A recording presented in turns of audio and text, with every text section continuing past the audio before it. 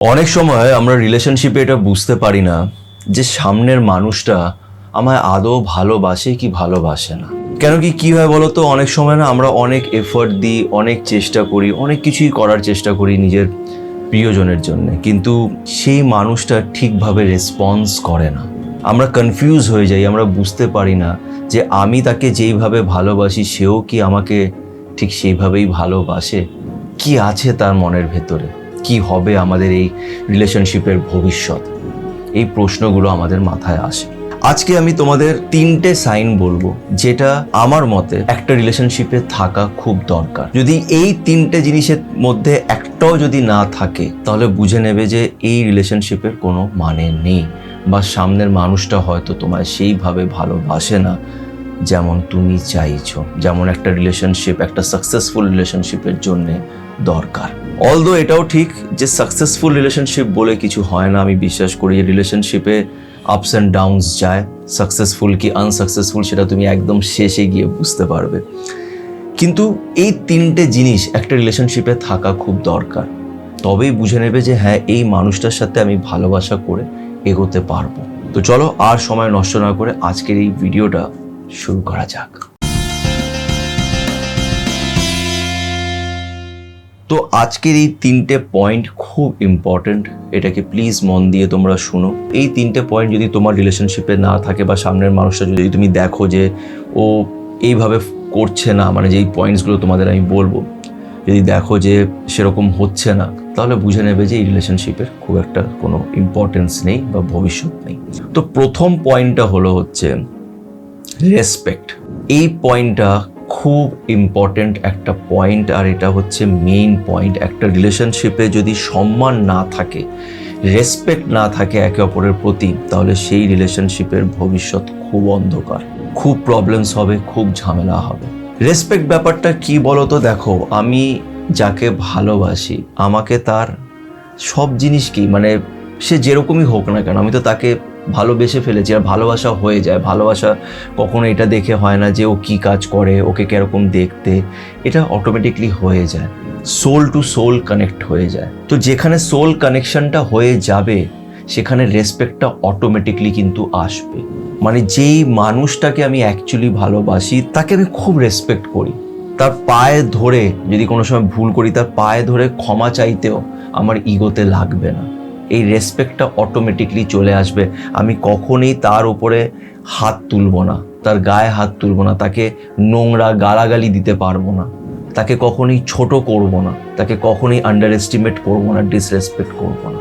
যেই রিলেশনশিপে সম্মান নেই, রেসপেক্ট নেই, সেই রিলেশনশিপের কোনো মানে নেই। তুমি যার কথা ভাবছো, যাকে নিয়ে তুমি কনফিউজড, ভেবে দেখো যে সেই মানুষটা তোমাকে রেসপেক্ট দেয় কিনা, সে তোমাকে সেই সম্মানটা দেয় কিনা যেটা তুমি ডিজার্ভ করো, যেটা একটা ভালোবাসায় হওয়ার দরকার।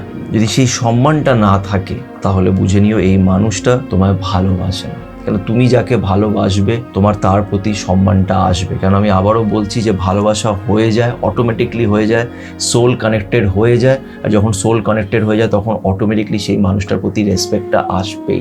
যদি রেসপেক্ট না থাকে তাহলে বুঝে নেবে যে ভালোবাসাটা নেই। সেকেন্ড পয়েন্ট হচ্ছে ভ্যালিউ, কদর করা।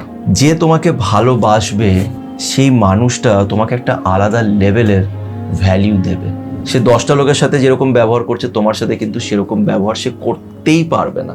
ছোট ছোট জিনিসকে সে অনেক ভ্যালিউ দেবে। তোমার যেই জিনিসগুলো ভাল লাগে, তোমার যেগুলোতে তুমি খুশি হও, সেই জিনিসগুলোকে কিন্তু সে ভ্যালিউ দেবে। তুমি বুঝে যাবে যে না, এই মানুষটা না আমাকে কদর করে। ভ্যালিউ দেওয়াটা না খুব ইম্পর্টেন্ট। আমি বলে দিলাম যে একটা মানুষকে হ্যাঁ আমি তোকে ভালোবাসি বলে দেওয়াটা অনেক সহজ। আসল চ্যালেঞ্জ হচ্ছে ভালোবাসা পরে, আই লাভ ইউ বলে দেওয়ার পরে আসল চ্যালেঞ্জটা শুরু হয়, যেখানে যেই মানুষটাকে আমি দাবি করছি যে আমি ওকে ভালোবাসি, আমি তাকে ভ্যালিউ দেব, তার ইমোশনস, তার খুশিটাকে ভ্যালিউ দিতে হবে। এই না যে খালি আমি নিজেরটাই বলে যাচ্ছি, নিজের মতন করেই দেখার চেষ্টা করছি, সেটা কিন্তু হয় না। আর সেরকম যদি হয় তাহলে এরকম রিলেশনশিপ টিকবে না। কদর হওয়া উচিত। তুমি যাকে ভালোবাসো তার জন্য যখন তুমি চোখের জলটা ফেলবে, সেই চোখের জলের দামটা যাতে সে বোঝে, এইটা হওয়া উচিত। তো দেখো, তুমি যাকে ভালোবাসো, তোমার যদি মাথায় কনফিউশনটা থাকে যে এই মানুষটাও তোমাকে সেইভাবে ভালোবাসে কিনা, তাহলে তুমি ওর ছোট ছোট জিনিসগুলো নোটিস করবে।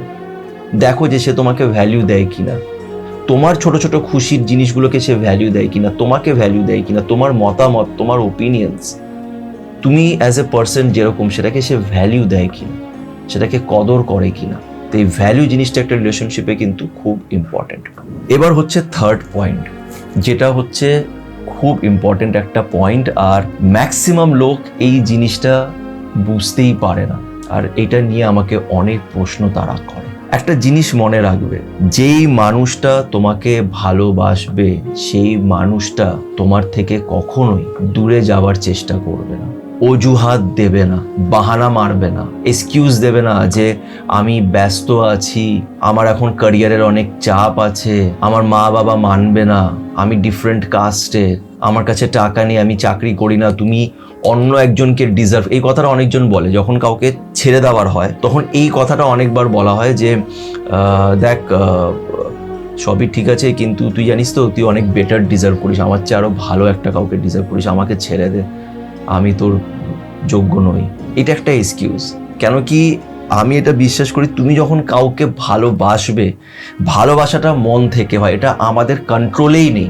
তোমার মন যে কখন কাউকে ভালোবেসে ফেলবে তুমি জানো না, তুমি বুঝতেই পারবে না তুমি কখন এই মানুষটার প্রেমে পড়ে গেলে, কখন তোমার ভালোবাসা হয়ে গেল। তো ভালোবাসা মন থেকে, আর যখন ভালোবাসা হয় তখন আমরা সেই মানুষটাকে ছেড়ে দূরে যেতে পারি না। অনেক সময় অনেক এরকম চ্যালেঞ্জেস আসে যেগুলো একটা রিলেশনশিপকে ভেঙে দিতে বাধ্য করে, কিন্তু তারপরেও তুমি এটা বুঝে যাবে যে হ্যাঁ ঠিক আছে আমরা দূরে যাচ্ছি কিন্তু মন থেকে কিন্তু দূরে যাচ্ছি না। ওই মানুষটা কিন্তু চেষ্টা করছে পাশে থাকার, তার চেষ্টাটা তুমি দেখতে পারবে, সে কিন্তু চেষ্টা করে যাবে, সে কখনই গিভ আপ করে বলে দেবে না যে না আমাদের মনে হয় না যে কিছু হতে পারে, আগে ভবিষ্যতে আই গেস আমাদের রিলেশনশিপ চলবে না, তো এখনই আমরা সেপারেট। যদি ভালোবাসা থাকে সেটা বলতেই পারবে না, বলতেই পারবে না, যতই চ্যালেঞ্জেস। এটা একটা কথা আছে কি জানো তো, তুমি যখন কাউকে মন থেকে ভালোবাসবে, যখন কারোর সাথে মনের কানেকশন হয়ে যায়, একটা সোল কানেকশন হয়ে যায়, তখন অনেকগুলি চ্যালেঞ্জেস তার সাথে আসে। ট্রু লাভ যেটাকে আমরা বলি, সেই লাভের সাথে সবসময় চ্যালেঞ্জেস আসে, সেটা কখনই ইজিলি পাওয়া যায় না। তো যদি কেউ এরকম অজুহাত তোমাকে দেয় যে না আজকের পরে আমাকে আর কল করবি না, আমি দূরে চলে যেতে চাইছি, এটা ওইটা, বুঝে নেবে তার ভালোবাসা অত স্ট্রং নয়, বা সে তোমাকে সেইভাবে ভালোবাসে না যেইভাবে ভালোবাসাটা দরকার একটা সাকসেসফুল বা একটা লাইফ টাইম বা একটা লাইফ লং রিলেশনশিপের জন্য। যেই জিনিসগুলো দরকার সেটা কিন্তু এই মানুষটার মধ্যে নেই, সে তোমাকে সেইভাবে ভালোবাসে না।